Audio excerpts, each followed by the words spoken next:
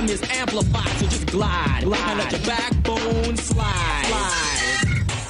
Now, this is a classic Canadian hip-hop song, Let Your Backbone Slide by Maestro Fresh Wes. People are getting ready to celebrate hip-hop's 50th anniversary, including our next guest.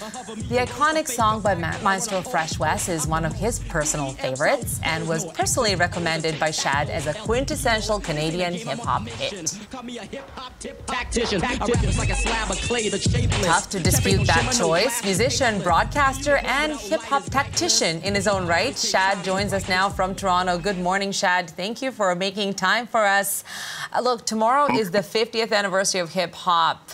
Tell us why this day is so significant to you personally and to all of Canada. It's a huge celebration for me personally. I think it's a huge celebration for any music fan.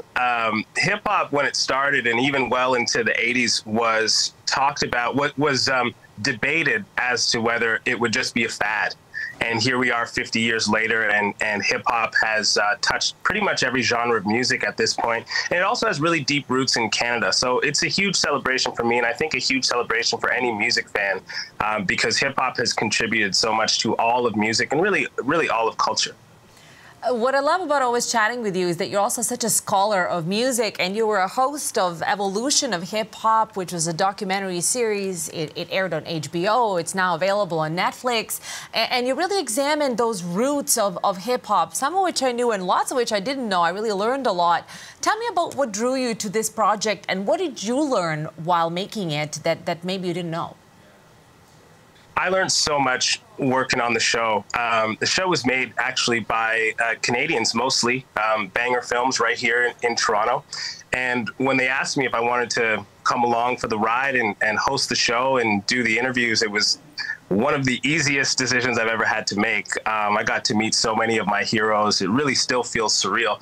But some of the biggest pieces that I learned, one, is how hip-hop is really the story of music technology, because hip-hop from the very beginning was at the cutting edge of music technology and using that technology in totally creative ways, from turntables to sampling machines to auto-tune and probably in the future, AI.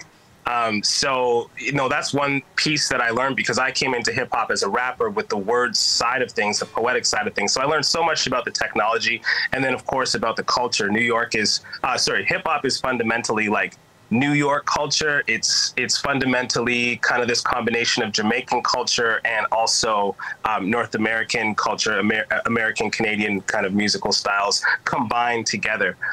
So yeah, I learned so much. That actually just scratches the surface of what I learned working on the show. I loved your observation about technological innovation, especially embracing potentially AI in the future. I'll hold you to that. I want to catch up with you on that in a few years.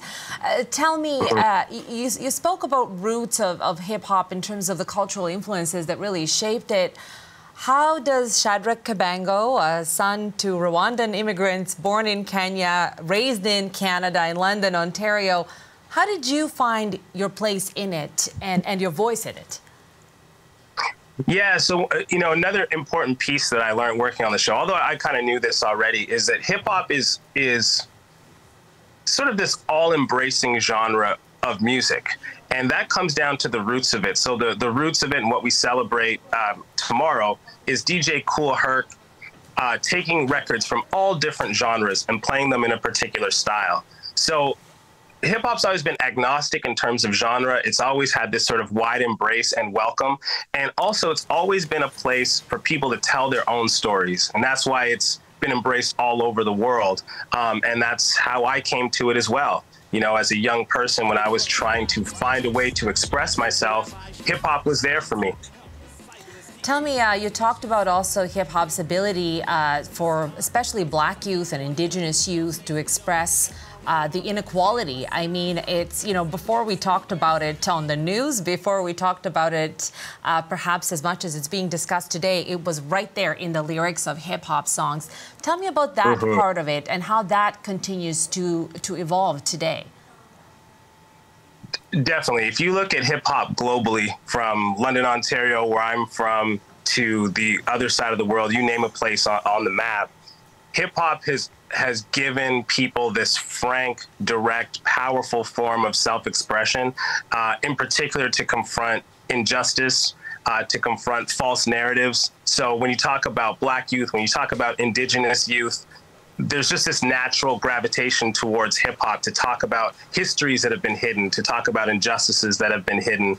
Hip hop really laid the blueprint for that, laid the foundation for that, for others to come and add their stories.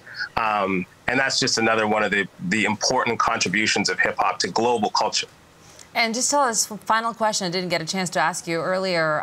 Hip hop is also one thing I learned in your documentary. It is also more Canadian than one would think. How is hip hop a Canadian genre? Yeah, that was a fascinating learning. So we would travel to other cities in America in order to sort of learn about the roots of hip hop there. We go to places like Atlanta, LA, Miami, New Orleans. And what I discovered is hip hop came there a little bit later than it was in Toronto. And that goes back to what I was saying about sort of the elements that make up hip hop. If you talk about Caribbean culture and then North American music as well, musical culture. So those things were melting together in Toronto around the same time they were in New York as well. So those street cultures are actually very similar and evolved around the same time and evolved in a similar way. And actually a little bit ahead of many American cities that we probably consider closer to hip hop than Canada is. So that was like a really fascinating learning. Kool Herc, for example, DJ Kool Herc, who's considered the godfather of hip hop, has Jamaican roots. He lived in Jamaica until he was 12. And that's the story of so many people in hip hop in Toronto and Canada as well. Thank you so much for all that. That's Shad Kabango, Canadian rapper and broadcaster, and a bit of an academic of the history of hip hop. Thanks a lot. Thanks for having me.